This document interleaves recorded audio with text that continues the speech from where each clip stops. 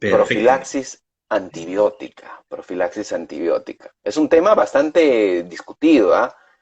Sí, Discutido, polémico, debatido, los colegas no saben si dar o no dar los antibióticos antes de la cirugía. Pero vamos a comenzar por la definición, Alan. ¿Qué sería una profilaxis antibiótica? eh, Así la, explicado para estudiantes.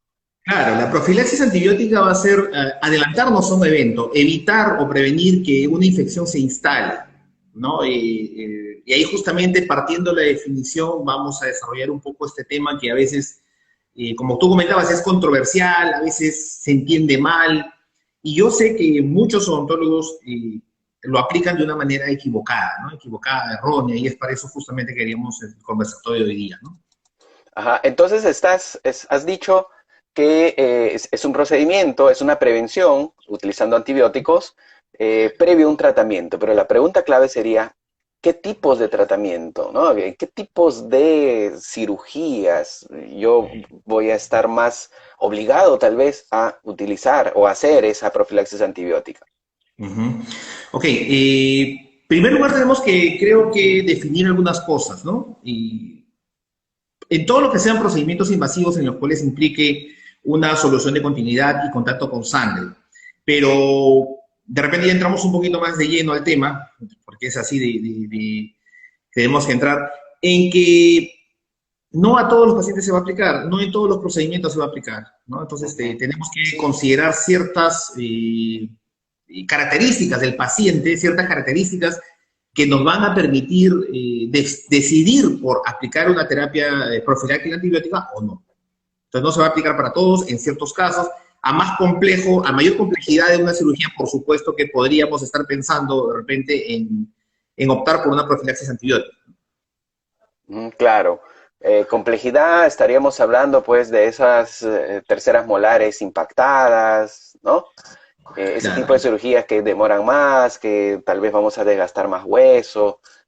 Ahí es un poco más complejo, ahí totalmente yo creo que encajaría la posibilidad de hacer una profilaxis antibiótica. Sí, pero como comentábamos, es un tema un poco controversial, ¿no? Porque, en primer lugar, tenemos que partir definiendo que profilaxis antibiótica no es solamente adelantarme a que tenga el paciente una posible infección por el procedimiento que se le está haciendo, ¿no? Básicamente, uno de los principales objetivos de la profilaxis antibiótica, y hay hartos estudios referentes a esto, es evitar lo que se llama la endocarditis bacteriana.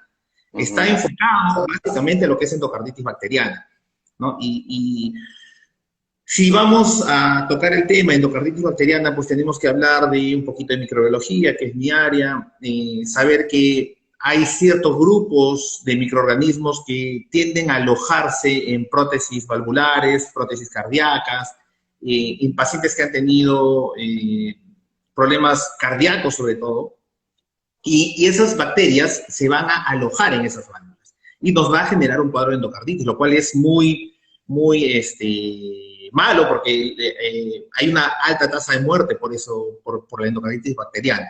Entonces, lo que Ujú. es profilaxis antibiótica se enfoca básicamente en una gran proporción a prevenir lo que es justamente la endocarditis bacteriana por Ujú. grupos, los estreptococos del grupo viridas. Entonces, Ujú. que son microorganismos que están presentes en la boca, ¿no? Entonces, básicamente va enfocado a ese. Ahora, lo Ujú. que normalmente todos hacemos en el consultorio es cuando hacemos una extracción o hacemos un procedimiento algo invasivo, una tercera molar y esas cosas, damos terapia antibiótica para prevenir que se nos infecte, pero ahí hay muchos factores a considerar, muchos Ujú. factores, ¿no? ¿Y por qué es una decisión tan difícil, digamos así, decir voy a dar terapia antibiótica o profilaxis antibiótica o no voy a dar profilaxis antibiótica? Porque tenemos un problema que ya está hace bastante tiempo y esto de la pandemia lamentablemente ha opacado todo eso, que es la resistencia bacteriana. ¿No? Ujú. Yo sé que muchos de nosotros tenemos conocimiento de lo que es resistencia bacteriana, pero de repente lo vemos como algo tan lejano, como, no sé, como un tema que en algún momento va a pasar, pero lamentablemente es otra pandemia. Es una bomba que nos va a estallar en algún momento si no hacemos nada. Ya se ha manifestado la OMS, se han manifestado todas las autoridades respecto a este tema. que para unos años nos vamos a quedar sin antibióticos o vamos a sufrir una etapa similar a la que hemos vivido en la pandemia por el coronavirus, sin saber qué hacer, sin saber qué aplicar, qué poner, no sabíamos absolutamente nada. Entonces, las indicaciones que se dan a nivel mundial, las alertas y alarmas, es justamente a dosificar bien, a reducir el uso de antibióticos si no tienes una causa realmente justificada. Y es ahí que entra a tallar ese tema de lo que es profilaxis. ¿Realmente necesito hacer profilaxis antibiótica? ¿A todos los pacientes debo darle una profilaxis antibiótica? ¿O es que de repente solamente hay casos muy, muy puntuales, casos que realmente ameritan utilizar un antibiótico? Porque te has dado un punto importante, ¿eh? Ese es el punto polémico, ¿no? Porque uno puede escuchar hablar sobre profilaxis antibiótica, pues, pero no es que a todos los pacientes que entran al consultorio, que pasan por la puerta del consultorio, se les va a hacer la profilaxis antibiótica, ¿no? Hay que saber a qué tipo de pacientes se le tiene que hacer ese procedimiento para evitar lo que has mencionado, la resistencia, ¿no? La resistencia bacteriana, que es un problema que algunos piensan que es solamente de los libros y no se traslada a la vida real, ¿no? Pero en realidad tú en otras oportunidades nos has mencionado que hay noticias respecto a esa resistencia bacteriana, ¿no? Que lamentablemente no se difunden también esas noticias, pero sí existen esas noticias, ¿no? Por supuesto, sí, sí, sí, cada vez, y ustedes lo pueden ver, ¿no? Lo pueden ver en el día a día. Dígame a cuántos colegas no le ha pasado que de repente dan un antibiótico a un paciente por una infección y me dicen, doctor, ya van 2 días, van 3 días y el antibiótico no hace efecto, ¿no? Hay medicamentos, fármacos que se han ido dejando ya prácticamente de lado porque la resistencia es muy alta, caso por ejemplo la eritromicina. Ya tenemos una resistencia totalmente marcada en ese medicamento y ya no es el de segunda elección como antes era, ¿no? Me acuerdo que cuando a mí me enseñaron el pregrado, paciente alérgico a penicilinas, amoxicilina, por ejemplo, eritromicina, ¿no? El fármaco de elección, no, ya no, porque ya lamentablemente ese fármaco tiene demasiada resistencia. Otro caso muy, muy, muy conocido, por ejemplo, a la fenoximetilpenicilina, la penicilina B o la megacilina oral, ¿no?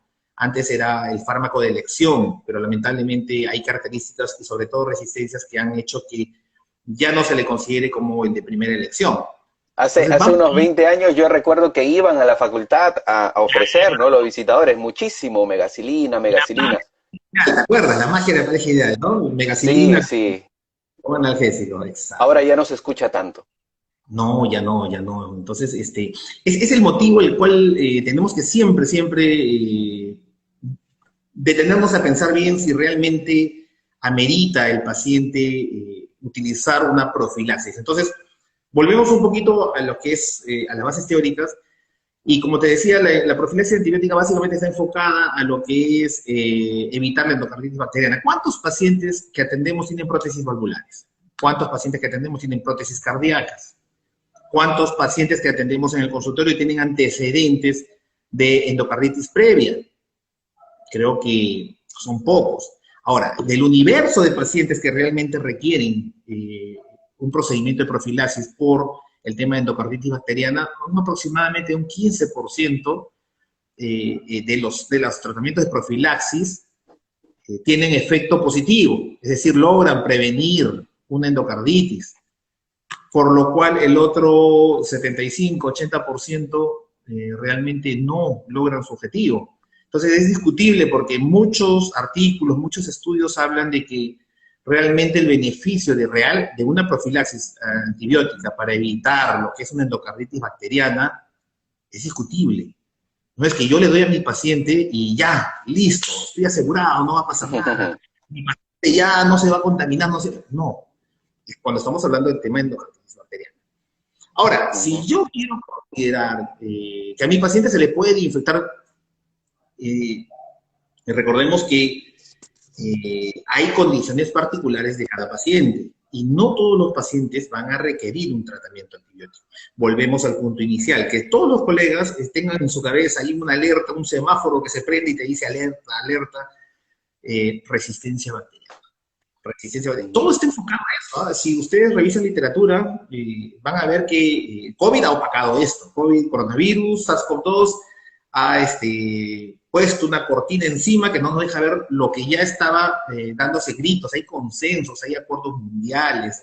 hay normativas aplicadas a cada país en función al cuidado de los antibióticos, de los pocos antibióticos que nos quedan, ¿no? Porque no se están produciendo a la misma velocidad, no se están descubriendo nuevos antibióticos para que nos cubran a esos microorganismos que se hacen resistentes. ¿Quién no ha escuchado hablar de que, oye, no sé, pues, ¿no? Un familiar, un amigo, un conocido se contagió con tuberculosis, drogo resistente, o la noticia sale, ¿no? Multidrogo resistente. Ahora hay la XDR, extremadamente resistente. ¿Qué hacemos con esos pacientes que son atacados por microorganismos que son resistentes a muchos antibióticos? Hay uno que nos queda, ¿no? La resocaína, ponerte resina. Resocaína. Se te agotó todo, tienes es un tema bastante delicado, ¿no? Porque tal vez uno de los pecados más frecuentes es que el odontólogo receta muchas veces antibióticos cuando no debería hacerlo, ¿no? Y también por parte de los pacientes. Claro, los pacientes se automedican cada 2 meses. Le da la gripe, enfermedad viral, y se compran su amoxicilina y se toman 3 solamente. Para cortarla. No, que no es solamente un tema de odontólogos. A nivel médico también se estipula que más del... estaba haciendo una revisión de una literatura española que en España más del 40% de recetas indicadas en hospitales están mal recetadas, prescritas en dosis inadecuada, en frecuencia de tiempo inadecuada o en casos que no ameritan. Entonces, yo creo que ese es un problema en general de todas las áreas médicas. De todas las áreas médicas. Hace unos días voy a visitar a un familiar mío y me comenta que está con un tema de una celulitis en la pierna, ¿no? ¿Y qué estás tomando? Diclosacilina. Ah, perfecto. Bueno, medicamento de elección, ideal para microorganismos de piel. ¿Cada cuánto lo estás tomando? Cada 12 horas. No, le digo, te has equivocado, hay un error ahí. No, sí, me muestra la receta con el sello del doctor, cada 12 horas. Un fármaco que se toma cada 6 horas. Ya ponen en el peor de los casos cada 8, le he indicado cada 12. O sea, no es un tema solamente odontológico, creo que en general mucha ciencia de la salud, muchas áreas de la salud, y por tantas cosas que hay que hacer, me imagino que descuidan un poquito esta área, lo que es farmacología, que es básico para todos. Claro, claro. Mira, y Alan, hay una duda también bastante frecuente cuando hablamos de profilaxis antibiótica. Si la vía, ¿cuál es la mejor vía? ¿La vía oral o la vía parenteral, ¿no? ¿Será que una es más eficaz que la otra? Claro, si queremos comparar vías, ambas, hay estudios que demuestran que ambas vías son buenas, la parenteral como la oral, solo que hay una consideración, que si vamos a emplear la vía oral hay que prescribirlo al menos 1 hora antes del procedimiento, por todo el proceso de absorción, distribución, todo lo demás. Si tenemos una vía parenteral, pues solamente necesitamos de un promedio de media hora, más o menos, ¿no? Y volviendo a un punto que se me había olvidado cuando me preguntaste, que es algo así como la definición de lo que es profilaxis antibiótica, ¿no? En sencillito, dar alta dosis de un fármaco, de un medicamento, un antibiótico, una sola vez. Una sola vez. Yo sé que a algunos colegas les resulta un poquito difícil, oye, tú estás loco, solamente una vez, tengo que darle por si acaso, ¿no? No, pero ya no estamos hablando de profilaxis. Si bien es cierto, hay ciertas consideraciones que en algunos casos se pueden mantener un día después de ese primer ataque, pero no han demostrado efectividad o mayor ventaja versus una sola toma. ¿Por qué? Porque el proceso de migración, de paso de los microorganismos, la bacteriemia, dura un promedio de entre 3 a 4 horas. Si hasta esas 3 o 4 horas los microorganismos no lograron multiplicarse en gran cantidad, pues simplemente el proceso va a decaer. Pero si vas a tener más tiempo, pues la infección va a progresar. Entonces, ¿cuál es el principio de la profilaxis antibiótica? Es que yo pongo, imaginemos un estadio, ¿no? Imaginemos un estadio que adentro ahí, no sé, pues están guardando muchas cosas de valor y hay gente que quiere saquear y amotinarse y robarse todo. Pongo un montón de policías alrededor de la puerta cercando todo el estadio y va a ser más difícil que la gente entre. ¿Qué es más fácil? ¿Poner un cordón policial alrededor o esperar que entren y luego sacarlos de dentro? Una vez que están adentro, están complicadísimos. Pero yo prefiero poner resguardo, poner policías afuera, que cuando quieran ingresar, pues los vaya botando, desalojando, y ya no esperar a que todos ingresen para que una vez adentro los saquen. Entonces, el principio de profilaxis es este. Tengo que prevenir antes. Una broma que siempre he dado, ¿cuál es el otro nombre del preservativo? ¿No? ¿Cómo se le conoce el preservativo? Un profiláctico, ¿verdad? Es un profiláctico. A ver, ponemos el preservativo, ¿antes o después? Obviamente antes. Entonces, obvio. Después, ¿sirve o no sirve? No sirve, ya no. Entonces, es eso, ¿no? Profilaxis antibiótica tiene que ser antes. Si estamos hablando de que voy a dar después, eso ya no es profilaxis antibiótica, ¿no? Ese es un tratamiento, una terapia antibiótica. Y ahí hay que ver también otro punto a considerar. Cuando converso con colegas, me comentan esto, ¿no? Sí, doctor, yo doy profilaxis antibiótica y le doy, por ejemplo, hago una extracción de una premolar por ortodoncia y le doy solamente 3 días de antibiótico. Porque como no ha sido muy profundo, como no ha sido muy grande y quiero evitar, doctor, que le dañe el estómago a mi paciente, entonces le voy a dar solamente 3 días. Y, por ejemplo, de ahí, eso ya no es profilaxis, tampoco es terapia, no es tratamiento, no es nada. Está en un limbo, está en un limbo. Está en un limbo, no es nada, y encima estamos generando, lo que sí es una cuota a favor de la resistencia bacteriana.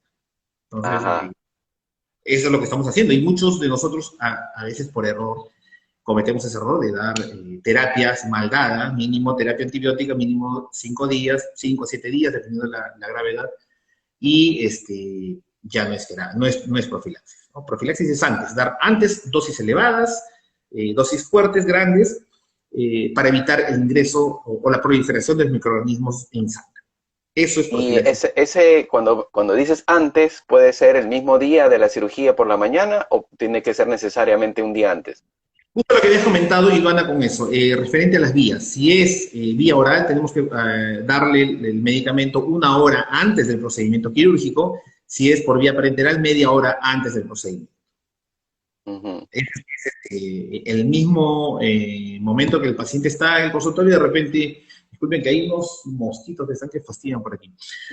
Si es el procedimiento quirúrgico, lleva a tu paciente, tú sabes que te va a tomar media hora, de repente 40 minutos, 1 hora, las preparaciones previas, el enjuague bucal, los signos vitales de tu paciente, puedes darle de repente, aplicar intramuscularmente, media hora antes, ¿no? O si no, le dices pues, que el paciente venga tomando la medicación que has elegido darle 1 hora antes del tratamiento. Entonces, con eso tenemos abierto el pasaje de microorganismos dentro de el sistema circulatorio. Nos mencionan por aquí un comentario sobre resistencia que puede ser originada porque los animales han recibido antibióticos, ¿no? O sea, por los alimentos. Exacto, mira, en realidad, una vez recibí un comentario y se me quedó ahí, ¿qué hace un odontólogo que ha estudiado microbiología enseñando farmacología, ¿no? Entonces yo decía, pero es un doctor de eminencia, dice, pero no encuentra la relación, si al contrario, o sea, tienen mucho que ver. Farmacología va de la mano con micro, va de la mano con fisio. Hablábamos de resistencia bacteriana y animales, por supuesto. ¿Por qué? Porque se descubrió que los antibióticos permitían el engorde de animales de producción, animales de carne, que produzcan mucha más carne en un menor tiempo. Y obviamente todos los productores quieren siempre eso, ¿no? Alimentar a sus animales con la menor cantidad de comida, que engorden rápido y que rápido sean beneficiados. Entonces, por muchos años se ha utilizado una serie de antibióticos. Es más, la producción y el consumo de antibióticos venía en más del 70% por consumo en animales de producción. Sobre todo, en mayor escala, en países asiáticos como China. Entonces, se le daban altas cantidades de antibióticos y, obviamente, las resistencias bacterianas provienen de ahí, porque se alteró la microbiota intestinal de los microorganismos. Y una vez me dijeron también, sí, doctor, pero son los animales, o sea, ¿qué problema hay con nosotros? No, porque ese animal excreta en tu lechuga, que está sembrada de repente, o es regada con aguas hervidas, con aguas de segundo uso, que trae excretas, que trae orinas, que trae residuos de esos animales. Es más, son abonos, son fertilizantes sus excretas. Entonces utiliza. Eso pasa a la planta, tú de repente comes una lechuga mal lavada, o el carnicero ha tocado los intestinos del pollo, de la carne, y de alguna forma termina pasando a ti. ¿Y quiénes son los que van a recibir esa información genética de los microorganismos? Tus microorganismos, tu microbiota, sobre todo la microbiota intestinal. Tú vas a alojar genes de resistencia que se van a compartir a otros microorganismos de otras partes del cuerpo. Entonces, ese es el mecanismo por el cual se da. Sí, definitivamente, resistencia bacteriana va de la mano con ganadería, va de la mano con muchas otras áreas, ¿no? Por eso ahora se habla del enfoque One Health. El enfoque One Health nos habla de que las enfermedades en humanos no son cosas exclusivas y las enfermedades de animales no, todo tiene relación. Y el COVID, el SARS-CoV-2 lo probó, ¿no? Aparentemente pasó una zoonosis de animales, humanos, y mire todo lo que nos generó. Y eso va a seguir ocurriendo. Ya se están hablando de hongos emergentes, se habla de bacterias y virus que se están volviendo a reemerger, que estaban aparentemente ya en bajo control, pero sigue, porque esto no para. Seguimos haciendo mal uso de antibióticos, Claro. seguimos pidiendo antibióticos para una gripe.